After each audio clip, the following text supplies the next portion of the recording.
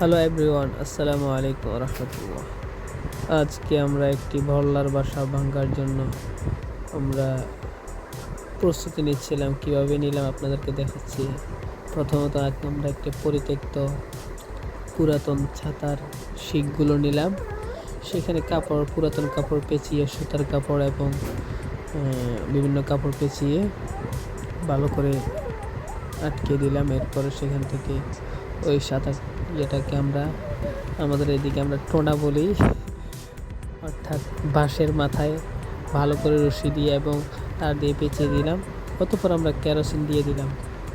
Kerosene খুব ভালোভাবে চারদিক দিয়ে দিলাম, যাতে করে ভালোভাবে পুড়ে এবং আগুন ধরতে সময় না লাগে, অতি দ্রুত যাতে আগুন ছড়িয়ে যায়, সেজন্য আমরা কেরোসিন ঢেলে দিলাম ভালো করে।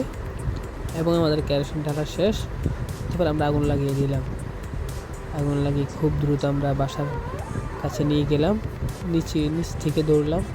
নিচের দিক থেকে দৌড়লেই আপনারা দেখতে পাচ্ছেন এগুলো একদম পুড়ে নিচে পড়ে গেল। খুব সাবধানতার সাথে করা লাগে এগুলো, খুব সাবধানতার সাথে করতে হবে, না হলে একটু থেকে একটু বেখেয়ালি হলে আপনার বড় ধরনের বিপদ ঘটতে পারে। ওগুলো আপনারা দেখতে পাচ্ছেন কীভাবে পুড়ে একদম নিচে পড়ে গেল এবং আমাদের পোড়াও শেষ। অতঃপর উপর থেকে বাসাটা অটোমেটিক আগুন দিয়ে পড়তে নিচে পড়ে গেল। এই হলো আমাদের আজকের ভল্লার বাসা ভাঙার পর্ব শেষ।